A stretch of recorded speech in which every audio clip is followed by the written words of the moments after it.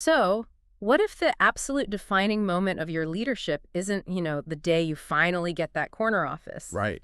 Or secure the massive funding round, or give that viral keynote speech that everyone shares? Yeah, the big public wins. Exactly. What if the moment that actually cements your legacy happens when no one is watching? Like the door is closed and Mhm. suddenly everything is just completely on the line. That is the terrifying scenario. It Yeah. is. And today we are extracting the core insights from a deeply challenging manuscript. It's titled Integrity Under Pressure, Testing Character in Leadership. And the mission for this deep dive is to figure out exactly how to build what the author calls an unseen architecture of character. Unseen architecture, yeah. Right, like a psychological and spiritual foundation that won't simply buckle and collapse when the stage lights go down and the pressure suddenly spikes. And to understand the framework we're dealing with here, it is really important to note that this source material isn't, it's not your standard sanitized corporate leadership manual. No, definitely not. It's a heavy synthesis of ancient theology, human psychology, and deeply examined historical case studies. Yeah. The core thesis the author builds is that integrity is not a static genetic trait. You aren't simply born with, a set amount of it. Like it's not just a personality type. Exactly. The text argues that integrity is a rigorous, deliberate discipline, and it's forged almost entirely under extreme tension. All right, let's unpack this. Because the very first concept the manuscript tackles completely shatters what we might call the myth of the public leader. Right, the overnight success myth. Yes. It introduces this idea of formation before function. The premise here is that true leadership capacity is built in private, like often in total obscurity, way before it is ever proven on a public platform. It's the preparation phase that nobody sees. Right. The source explicitly argues that God builds the leader before building the platform, and it pulls in these ancient narratives to back that up. And the pattern the text highlights in these historical and biblical narratives is just, it's unmistakable. And it stands in stark contrast to our modern culture, which is, let's face it, entirely obsessed with immediate visibility. Oh, absolutely. Everything has to be public right now. Exactly. Yeah. The author points to the life of Moses as a prime example here. So here is a man raised in Pharaoh's palace. He has the highest level of education and political access available in the ancient world at that time. The ultimate resume. The perfect resume. Yeah. From a purely, career-driven standpoint, he was perfectly positioned for immediate, massive influence. Right. But the text notes that when he tried to act prematurely on his calling to liberate his people, he relied on his own unformed instincts. And it ended in a disastrous murder. Wow. Yeah. He possessed the calling, but his internal architecture just couldn't support the weight of it. It buckled. It did. And as a result, he is sent into the wilderness. He spends decades in total obscurity, performing the incredibly menial, repetitive task of shepherding. Just watching sheep every day.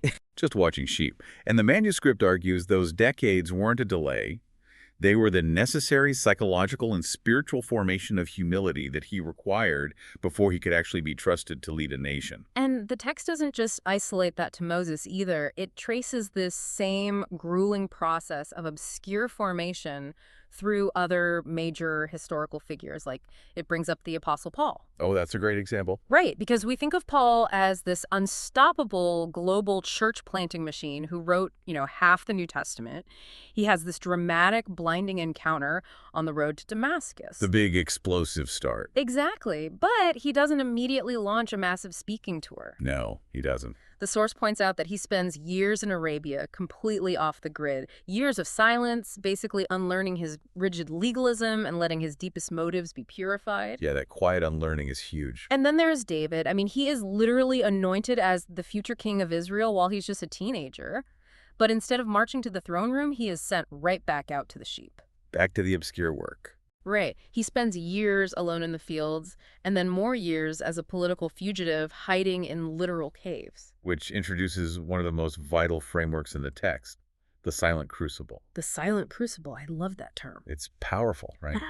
A crucible, in metallurgy, is a vessel used to melt down metals at extreme temperatures to burn away impurities and forge alloys. And the manuscript proposes that leadership contains this hidden psychological furnace. In these obscure, incredibly difficult places, the wilderness, the caves, the long stretches of unrecognized work, the leader is subjected to intense pressure. Yeah, nobody's clapping for you in the cake. Exactly. Nobody's clapping. But the crucial distinction the text makes about this process is that pressure does not actually create character. Pressure only reveals it. Ah. Okay, so if pressure only exposes what is already there, it operates a lot like a Category 5 hurricane hitting a massive skyscraper. And that's a brilliant way to picture it. Right. Because when you walk past a 100-story building on a sunny day, you are looking at the glass, the steel, the aesthetic design. You aren't looking at the foundation. Because the foundation is entirely buried underground. Exactly. You can't see it. But if that foundation was poured incorrectly, like if the developers cut corners on the rebar and the concrete just to save time, it really doesn't matter how beautiful the marble in the lobby is. No, it doesn't. The second that hurricane hits, the entire structure is coming down. The storm didn't create the structural weakness. The storm merely exposed the reality of the faulty foundation. That is exactly what the source is getting at. But let me push back on this premise a little bit, just on behalf of the listener. Sure. Doesn't extreme existential pressure sometimes force genuinely good, well-intentioned people to make bad choices out of sheer survival? Like when the amygdala hijacks the brain in a crisis, is it really fair to say that pressure only reveals character rather than actively distorting it? Well, that tension is exactly why the source material places such a relentless emphasis on proactive preparation. Okay. The author acknowledges human neurobiology without excusing it. So the text argues that if the inner life, that foundational rebar and concrete in your analogy, is neglected, the baseline human default under severe stress is always self-reliance and expedience. So we just default to whatever works fastest. Exactly. The brain will instinctively prioritize whatever is fastest and easiest to ensure immediate survival. Right, the fight or flight thing. Yeah. So if a leader hasn't intentionally built an alternative neural pathway, a foundation of discipline, ethical boundaries, and reliance on God in those quiet times, the pressure will absolutely force them into compromise. Wow. The pressure simply exposes the terrifying fact that their entire operational foundation was built on their own unformed reactive survival instincts, rather than on a cultivated inner life that can actually withstand that amygdala hijack. Which means we really need to define what it is we are supposed to be pouring into that foundation when no one is watching. Because when we hear the word integrity in a modern corporate context, we usually just reduce it to basic honesty. Right, at the bare minimum. Yeah. We think, well, I didn't embezzle money, I didn't lie on my quarterly report, therefore my integrity is intact. But the source material demands a much more invasive definition. It really does. It forces the reader to look at the original Hebrew concept of the word, which is tamim. Tamim? Tamim translates to completeness, soundness, or being entirely undivided. It is a state of profound wholeness. Undivided. I like that. Yeah. The text takes great care to clarify that biblical integrity isn't about achieving absolute flawlessness or living completely free from error, because human flawlessness is a biological and spiritual impossibility. We're all going to mess up. Right. Instead, tamim is about integration. It is the active healing of the division between the public self and the private self. It's the absolute end of living a double life. Exactly. A life of tamim cures the disease of having a highly polished public persona that says all the right inspiring things in the team meeting, while the private self is just huddled in the shadows, making strategic decisions driven by crippling fear, unregulated ego, or greed. Furthermore, the source argues that this concept of integrity is fundamentally theological, long before it is ethical. Interesting. How so? Well, it is rooted in covenant faithfulness. The manuscript uses the Latin phrase coram Deo, which means living before the face of God. Before the face of God. Yes. It's the conscious, daily understanding that your entire existence, both public and private, is lived in the direct presence of a holy God. Wow. So when a severe crisis tests a leader, it is not merely testing their adherence to an HR handbook or a corporate ethical code. It is testing their deepest internal allegiance. Because God is watching both the public action and the private motive. Exactly. The ultimate question of the crucible is, will a leader remain faithful to God when that faithfulness suddenly threatens their survival, their reputation, or their bottom line? That makes me think of the device we all have in our pockets right now. Imagine a smartphone that looks completely pristine on the outside. But beneath the screen, you have 50 different, highly demanding background apps running simultaneously.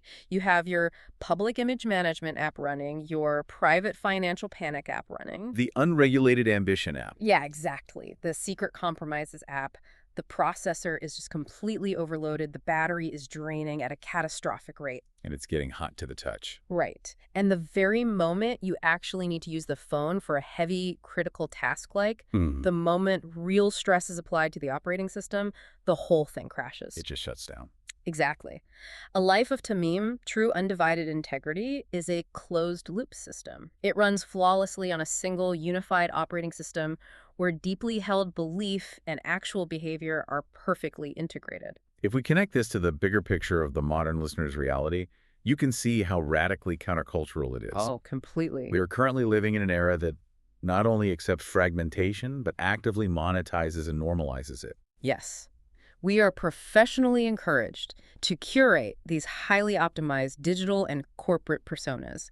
Our public image is entirely decoupled from our private internal reality. We construct these bulletproof avatars of success for LinkedIn and social media, but beneath the surface, there is deep psychological division. It's exhausting just thinking about it. It is, and the source's warning is blunt. You cannot sustain the crushing weight of leadership under pressure if your soul is fractured into multiple competing selves. So if integrity is this beautifully integrated state of wholeness, how does a leader's soul actually become so fractured? Because I really don't think anyone wakes up in the morning, pours their coffee, and thinks, today feels like an excellent day to systematically dismantle my moral compass and destroy my career. No, they absolutely do not. And that is what makes the process so insidious. Right. The text outlines that moral fragmentation almost never happens by sudden, catastrophic accident.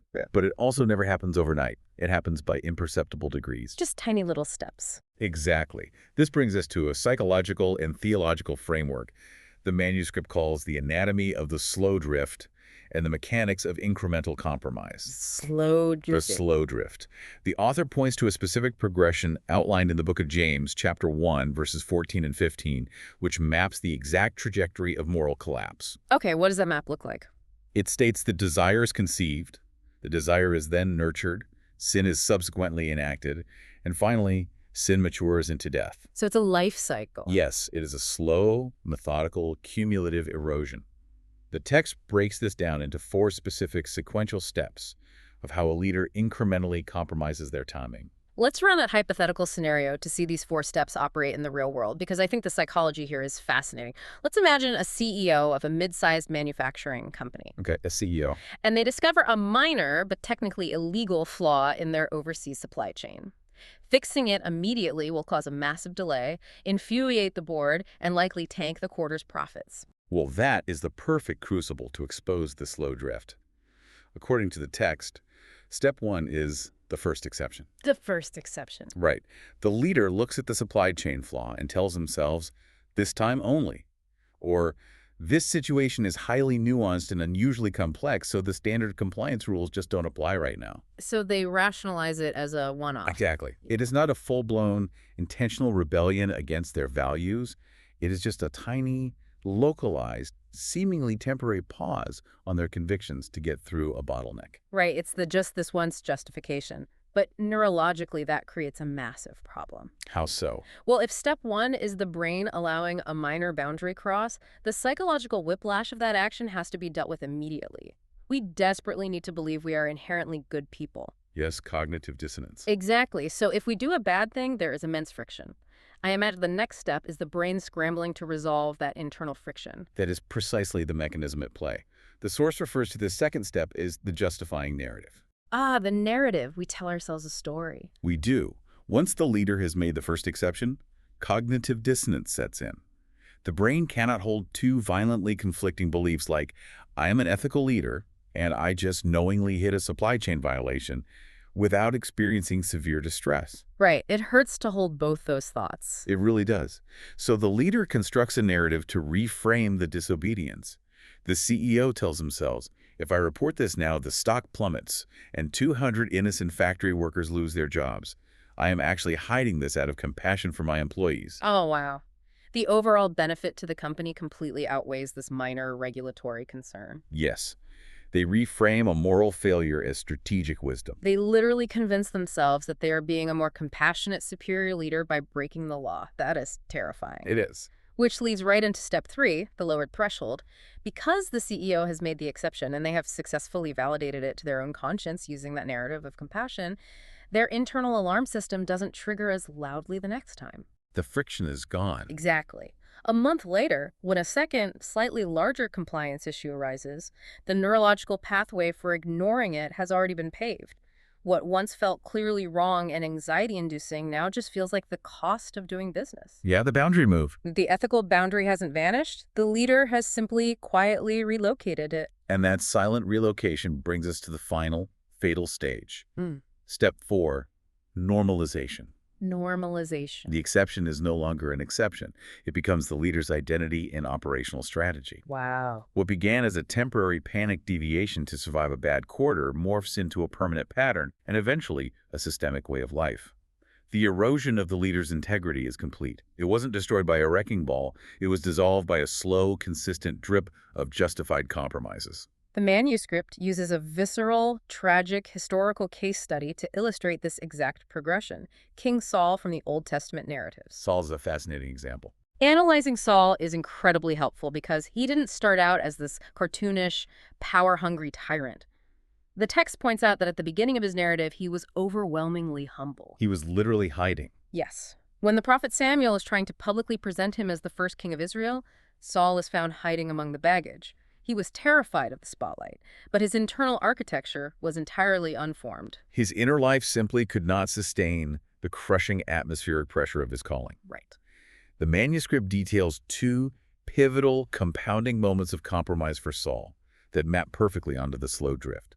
The first occurs in 1 Samuel 13. Okay, set the scene for us. To paint the tactical picture, Saul is facing a massive, technologically superior Philistine army that is gathering for an assault. His own troops are terrified. They are deserting by the hour and hiding in caves. So total chaos. Total chaos. Now, Saul has been explicitly commanded to wait for the prophet Samuel to arrive and offer a sacrifice to God before engaging in battle. But Samuel's late. The pressure is mounting. The survival instinct is screaming. The crucible is glowing red hot. And under that intense heat, Saul panics. The pressure doesn't make him a bad person in that moment. It simply exposes his fundamental lack of deep internal trust in God's timing. So he takes control. He forces the issue. He steps entirely out of his bounds as king, assumes the role of a priest, and performs the sacrifice himself. Wow. And when Samuel finally arrives and confronts him, Saul's defense is a textbook example of step 2, the justifying narrative. Right, the story he tells himself. He says, I saw that the people were scattering from me and that you did not come. So I forced myself. He attempts to justify his direct disobedience as an unavoidable strategic necessity. But wait, let's look at this from the perspective of a modern executive or a military commander. Saul's army was literally abandoning him. If he didn't act to unify them and boost morale, they would likely be slaughtered by the Philistines. That's the tactical reality, yes. From a purely leadership strategy perspective, waiting indefinitely for a late prophet while your army dissolves is objectively terrible management. How do we, or how does the source material reconcile strategic competence with spiritual obedience? The source addresses this tension directly by defining the difference between prudence and compromise. Okay, prudence versus compromise. Prudence, which is the ability to adapt tactics to changing realities, is absolutely a leadership virtue.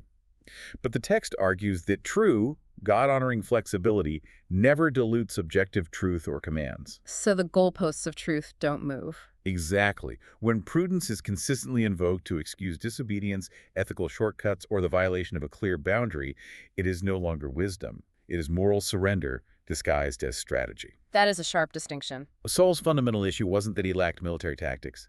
It was that his core identity was tethered to external validation.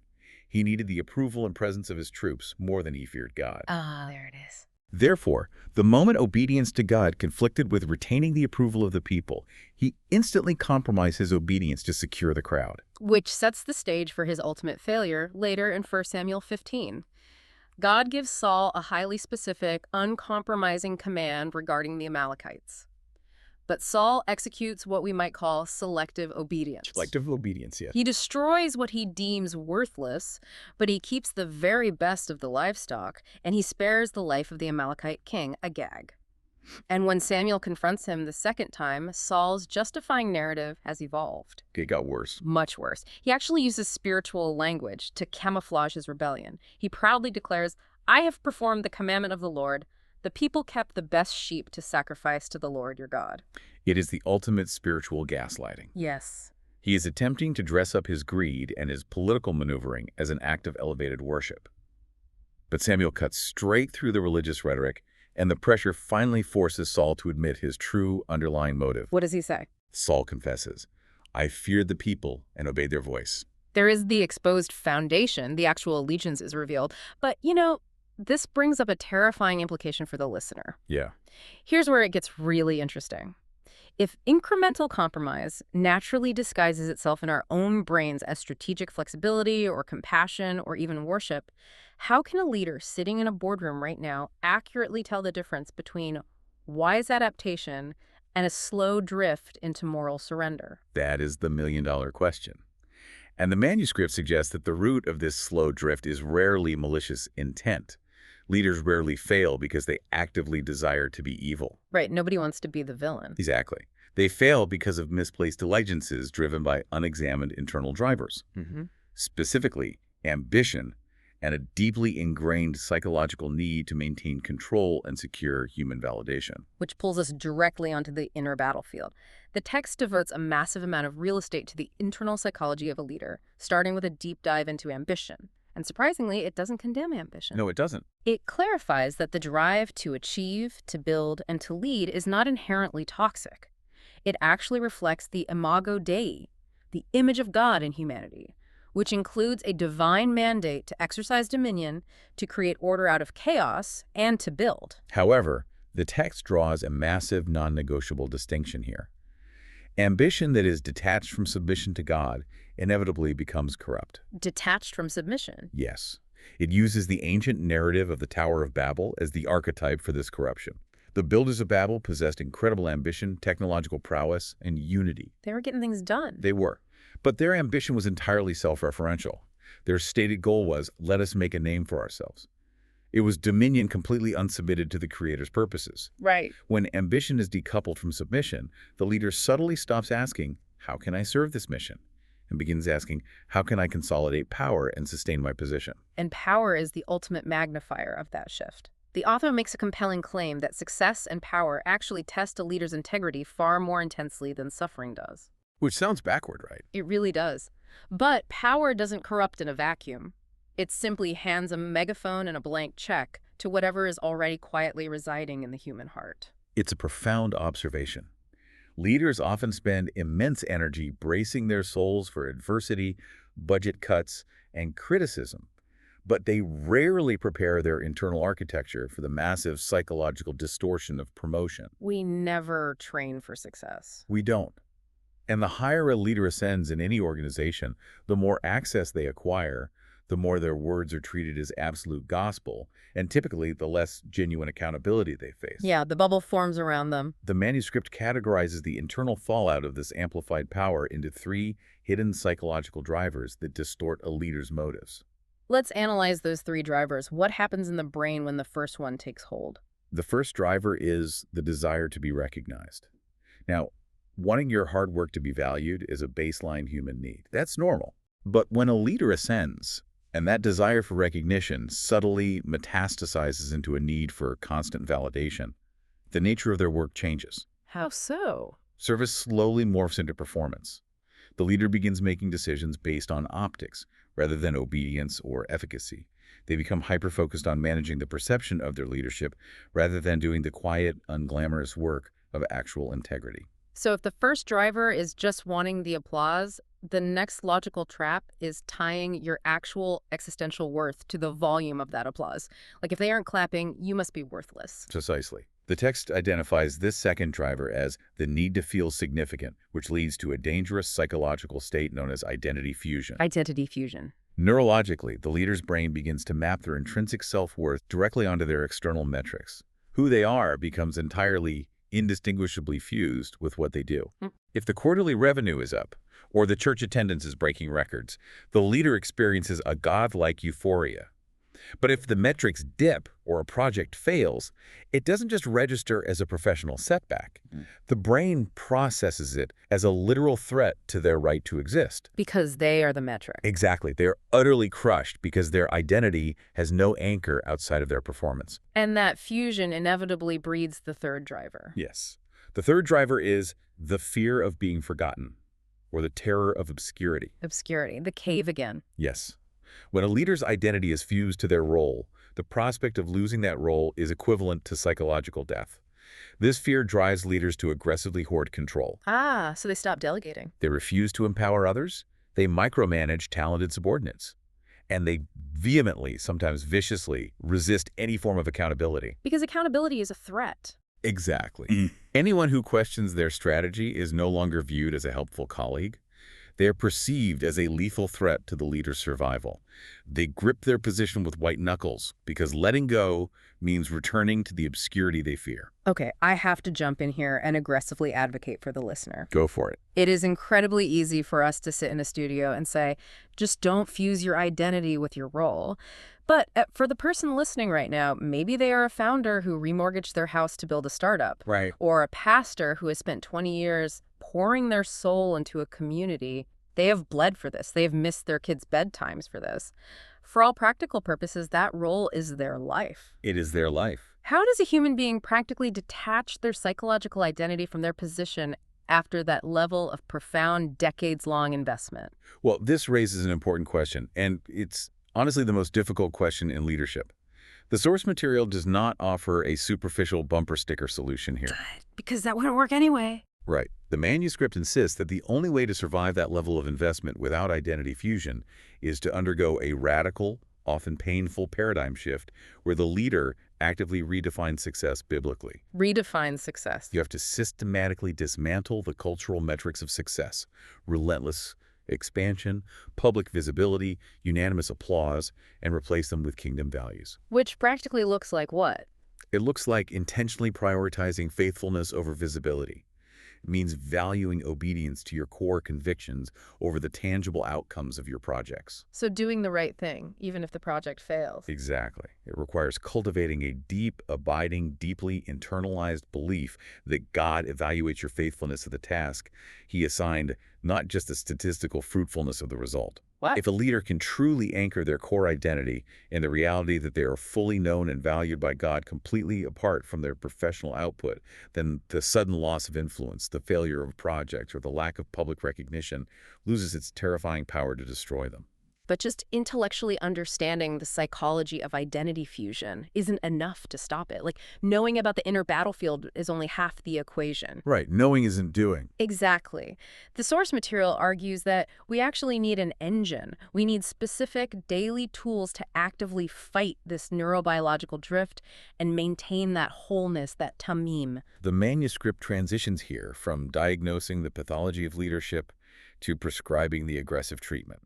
And that treatment is the relentless, unapologetic practice of spiritual disciplines. Spiritual disciplines. But it is vital to clarify how the author frames these practices. Spiritual disciplines are not presented as rigid, legalistic chores you perform to earn a gold star from the divine, or to prove you are a quote-unquote good leader. So it's not a checklist. Not at all. They are the defensive architecture of your soul. They are formative practices that actively interrupt the slow drift of cognitive dissonance and position your mind to receive the grace necessary to survive the crucible. The text makes a fascinating point here. It highlights that even Jesus, who Orthodox theology holds as the sinless Son of God possessing perfect, unbroken internal architecture, relied heavily on these exact rhythms. Yeah, absolutely, again. The gospel accounts constantly show him withdrawing from massive, adoring crowds to pray in isolation, engaging in 40-day fasts, and seeking total solitude. Right. The author's point is sharp. If the ultimate model of human perfection required this level of rigorous discipline to sustain his alignment with the Father, how on earth could a modern, flawed leader expect to survive without it? It's a sobering comparison. You really can't. The text breaks down 4 core disciplines, explaining not just the outward mechanics of what they are, but the internal psychology of why they act as the engine of integrity. Let's go through them. What's the first one? The first is prayer. But in this specific context, prayer is framed as the discipline of sustaining dependence. Sustaining dependence. Yes. It is the daily, intentional dismantling of the leader's illusion of self-sufficiency. When a powerful leader stops to pray, they are actively forcing their brain to acknowledge that they are not the sovereign, omnipotent ruler of their universe. They are stepping off the throne. Exactly. It acts as a daily reset button that keeps the leader grounded and prevents healthy ambition from mutating into toxic pride. It is essentially surrendering the outcome of the day before you attempt to control it. The second discipline the text outlines is scripture meditation, Right. and it makes a crucial distinction between reading for raw data and meditating with deep formation.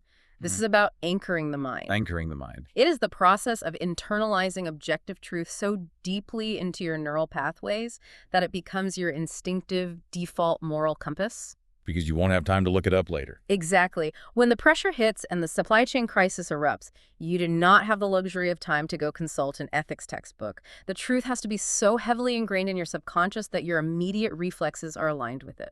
The third discipline is fasting. And in modern corporate culture, fasting is often reduced to a biohacking trend for productivity. Oh yeah, intermittent fasting is everywhere. Right. But the manuscript highlights its profound spiritual power for training the will. Fasting is the deliberate, voluntary denial of a legitimate physical appetite. So you're intentionally saying no to your body. Yes.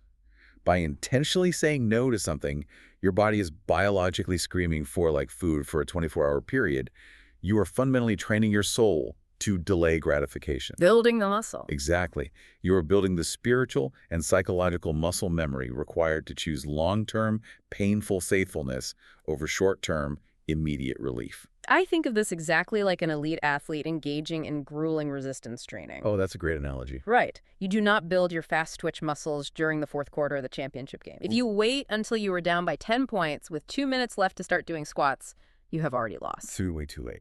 You train in the dark. You train in the empty gym at 4 a.m., pushing heavy weights against severe resistance, so that when the clock is running out, your lungs are burning and the crowd is screaming, you don't have to think. Your body just knows what to do. Your highly conditioned reflexes simply take over. Fasting is literally resistance training for your integrity. That analogy perfectly captures the mechanism.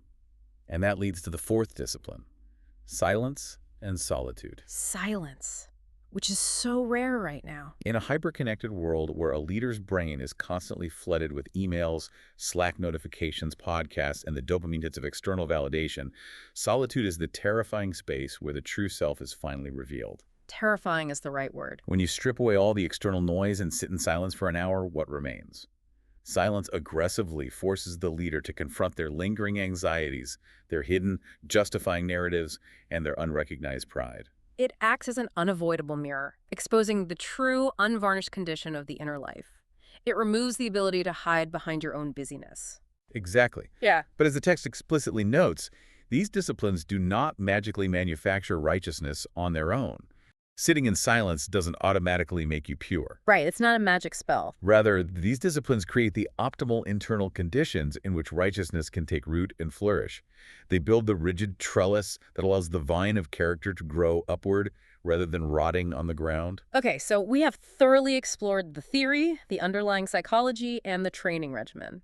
Now, the source material does something brilliant. It moves from theory to application by showing us what happens when this invisible preparation violently collides with intense life-or-death pressure in the real world. Real-world case studies. Yes, it provides two contrasting models of integrity through the historical case studies of Daniel and David. These two narratives perfectly encapsulate proactive versus reactive character. The first model is Daniel, representing proactive integrity. To fully grasp this, we have to understand the geopolitical and psychological reality of Babylon, where Daniel was exiled.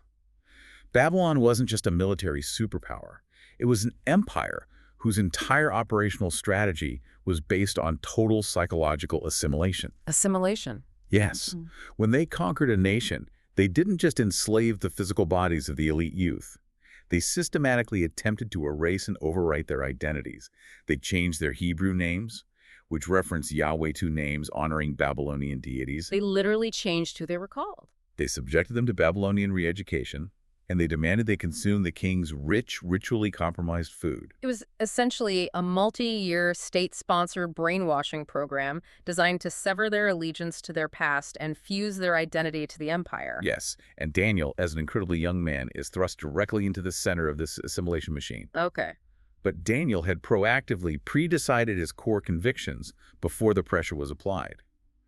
In the very first chapter of the narrative, he respectfully but firmly refuses to eat the king's food. Right, the dietary restriction. From a distance, this seems like a trivial, almost petty dietary dispute. But psychologically, it was a profound, quiet act of discipline. He was drawing a non-negotiable line in the sand regarding his identity. He was pushing back. He was effectively saying to the empire, I will serve your administration, I will learn your language, but my soul does not belong to you. That small, seemingly insignificant no regarding the food was his resistance training. It was the daily squat in the empty gym. Exactly. Because decades later, the ultimate lethal test arrives. Daniel's political rivals within the administration become jealous of his rise, and they manipulate the king into passing an unalterable decree. Anyone who prays to any god or man other than the king will be thrown into a den of starving lions. The crucible is at maximum heat. Maximum heat. And what is Daniel's response? He doesn't panic. He doesn't hold an emergency crisis management meeting with a PR firm. The text says he simply goes to his house, opens his windows toward Jerusalem, and prays 3 times a day. And the author emphasizes the defining phrase in that passage. Just as he had done before. Just as he had done before. Daniel did not frantically invent a new, heroic emergency prayer protocol the afternoon the death warrant was signed. He simply leaned his full weight onto the existing unshakable rhythm he had painstakingly cultivated in private for decades. Wow. His public courage in the face of death wasn't a sudden, spontaneous flash of adrenaline. It was the inevitable output of courage that had been accumulated over a lifetime of invisible preparation. The source material draws excellent parallels here to modern public figures who exhibit this kind of proactive integrity. It analyzes Satya Nadella taking over as CEO of Microsoft. Right, a massive corporate shift. Nadella didn't just walk in on day one and magically pivot a notoriously cutthroat, aggressive corporate culture toward empathy and continuous learning. That massive public shift was the direct result of his highly disciplined, deeply private habits of reading, seeking diverse counsel, and quiet reflection that he maintained for years before he ever sat in the CEO's chair. It was proactive. The text also highlights Malala Yousafzai. Her breathtaking global courage in facing down the Taliban wasn't a spontaneous reaction to violence. It was built on a deeply laid foundation of quiet study, writing under a pseudonym, and cultivating an iron resolve long before she was ever on a bus in the Swat Valley. That is the pinnacle of proactive integrity. Yeah. But the manuscript is deeply realistic about human nature, acknowledging that most leaders will at some point fail. We all fall short. Therefore, it offers a second equally vital model, King David, representing reactive repentance and the responsiveness of a broken heart. David is such a complex figure. We briefly touched on David's early formation in the pastures, but later in his reign, he experiences a catastrophic moral collapse. He abuses his immense power, commits adultery with Bathsheba, and then orchestrates a complex military cover-up that results in the outright murder of her husband, Uriah, one of his most loyal soldiers. It is a total devastating failure of Temin. Total failure. So what does this all mean? How on earth can a leader who executed that level of premeditated destruction and abuse of power be held up by the source material as the ultimate model of a responsive heart? Well, what's fascinating here is the author answers this by drawing a sharp, unavoidable contrast between how David handles confrontation versus how King Saul handled it. Right, the confrontation. Remember Saul's reaction when the prophet Samuel called out his disobedience? Saul deflected. He blamed his terrified troops. He constructed a justifying narrative. He tried to frantically manage his public image. He made excuses. But when the prophet Nathan walks into David's throne room, points a finger at the most powerful man in the region and says, "You are the man who did this," David's neurological and spiritual response is entirely different. He doesn't call his guards to execute the prophet. He just instantly drops the entire act. Completely. He doesn't offer a single excuse. He doesn't blame the overwhelming stress of running a kingdom. He simply says, "I have sinned against the Lord." No justifying narrative. None. And the manuscript directs the reader's attention to Psalm 51, a piece of ancient poetry David wrote in the immediate aftermath of this confrontation. It serves as an anatomical masterclass in true unfiltered repentance. Let's look at that. David owns the absolute totality of his failure. But crucially, he doesn't just beg God to mitigate the political consequences or save his throne. He pleads for radical internal transformation. He wants to change from the inside out. He prays, "Create in me a clean heart, O God." He fully recognizes that his internal architecture is rotten to the core, and he throws himself entirely upon divine mercy to reconstruct it from the ground up. He allowed his absolute brokenness to become his new formation. Exactly. Instead of letting his catastrophic failure harden his ego into that of a paranoid tyrant who refuses to listen to anyone, which is what Saul did, David let the failure shatter his pride and return him to a state of desperate dependence. The text presents these two models brilliantly. Daniel shows us how to proactively build the architecture so we don't catch on fire in the first place. And David shows us how to survive, repent, and allow God to rebuild us if we do burn our own lives to the ground. But the author doesn't leave the reader dwelling purely in ancient history. The final section of the manuscript transitions into highly tactical modern application. Okay, good. Because we need the practical side. It asks the critical question: how does a contemporary listener who is navigating a hyper-busy, constantly connected, high-pressure, metric-driven life actually structure their environment to build this elusive tamim? Right. Because if we just close the book and say, try harder to be brave like Daniel and repentant like David, every single one of us is going to fail by next Tuesday. Relying on sheer willpower is a losing strategy. The manuscript introduces a historical, structural solution known as a rule of life. A rule of life. This isn't a new corporate life hack. It is an ancient Christian practice of creating a highly deliberate, customized framework for integrating spiritual disciplines into your actual calendar. Scheduling it.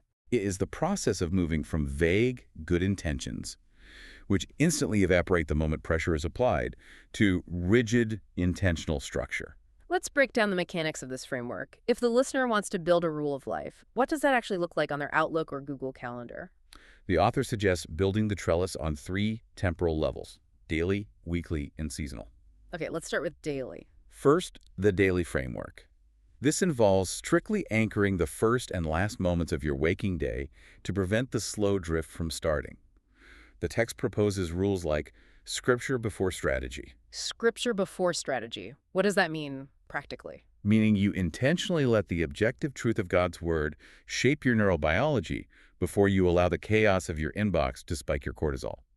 So before you check your emails. Exactly. It includes prayer before planning, which is that act of surrendering control before you attempt to manage the day, and reflection before reaction, enforcing a mandatory 5-minute pause to examine your deepest motives before sending a highly charged email or making a pivotal decision. So the daily rhythms are the micro-anchors. What about the weekly framework?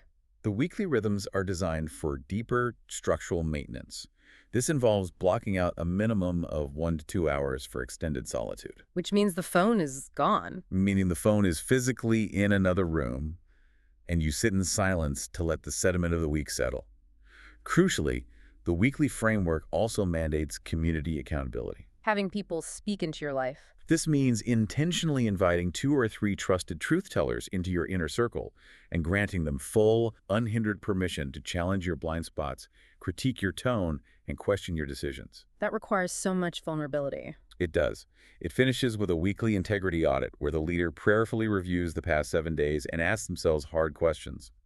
Did I make that hiring decision out of faith or fear? Did I prioritize my own optics over my team's well-being this week? And the final level, the seasonal framework. Seasonal rhythms are for major, trajectory-altering recalibration.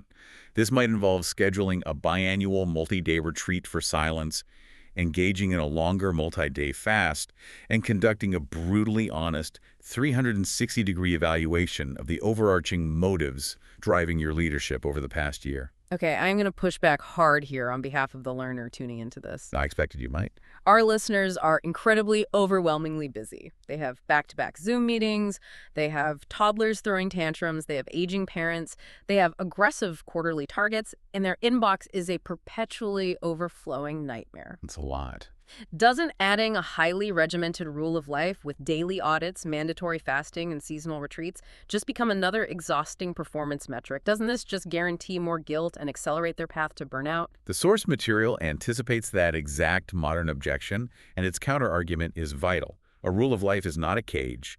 It is a trellis. A trellis. A cage is designed to restrict life, confine movement, and punish deviation. A trellis is a supportive structure that actually bears the weight of the vine, allowing it to grow upward toward the sun rather than collapsing under its own weight into the mud. That is a beautiful image. The manuscript argues that a well-designed rule of life actually prevents burnout. Burnout is rarely caused simply by working hard. It is caused by the exhausting friction of being frantically reactive, constantly putting out fires, managing optics, and surviving on adrenaline. Surviving on adrenaline is not sustainable. It's not. A rule of life shifts the leader's operating system from frantic reactivity to calm, anchored intentionality. The goal of the framework isn't to achieve legalistic perfection. The goal is to ensure consistent, gentle realignment when the inevitable drift occurs. That reframing from a cage to a trellis is incredibly freeing, and for the listener taking this in right now, the absolute key to applying this is to start incredibly small. Start small. The text heavily emphasizes that in the realm of spiritual and psychological formation, consistency is infinitely more powerful than intensity. So true. Building a rigid, unshakable 5-minute daily anchor where you actually breathe, pray, and read a single passage of scripture is vastly superior to planning an elaborate 3-day silent monastery retreat that you never actually go on because you're too busy. Because the retreat never happened. Exactly. You have to pour the concrete for the foundational habits first before you try to build the penthouse. It is the ultimate law of cumulative formation. Small, seemingly mundane discipline choices, repeated daily in the dark, compound over decades into an unshakable, immovable character. So as we bring this deep dive to its conclusion, let's synthesize the massive amount of ground we've covered today. The relentless, overarching theme of this entire manuscript is a warning and a promise. Right. Your leadership, your life's work, and your ultimate legacy will not finally be measured by the applause of the crowd, the size of your organization, the wealth you accumulate, or the metrics on a quarterly spreadsheet. None of that lasts. It will be measured entirely by your tamim, your integrity. The unseen architecture that you deliberately, painfully build in the dark through quiet discipline, fasting, and surrender is the only structure that will hold you up when the silent crucible of pressure finally hits. That is the essence of the entire text. The pressure will inevitably come. The crisis is unavoidable. We can't escape it. But if the invisible foundation has been laid, the pressure will not break you. The hurricane will not topple the building. The pressure will simply act as a furnace, melting away the remaining dross and revealing the wholeness, the deep integration that God has patiently formed within you. And we want to leave you with one final provocative thought to mull over, something to chew on as you head into your next meeting or, as you drive home tonight. Yeah. If the core premise of this text is true, if severe pressure truly does not create your character, but only acts as a high-temperature furnace to reveal what is already there, then the stress, the anxiety, and the pressure you are feeling at work or in your home right now is acting as a real-time mirror. A mirror. Look very closely at how you are reacting to your current pressures this week. When the budget is tight, or your boss is unreasonable, or your team drops the ball, are you deflecting blame, panicking, and frantically trying to manage your image to survive, like Saul? Or are you leaning into the friction? Exactly. Owning your flaws, resisting the quick fix, and seeking a deeper alignment, like David. What is your current stress revealing to you about the unseen architecture you are building today? It is a terrifying, but ultimately liberating mirror we all need to look into. Thank you so much for joining us for this deep dive. We hope you take these profound insights, start building your trellis today, and forge a character that lasts long after the applause fades. We will catch you next time.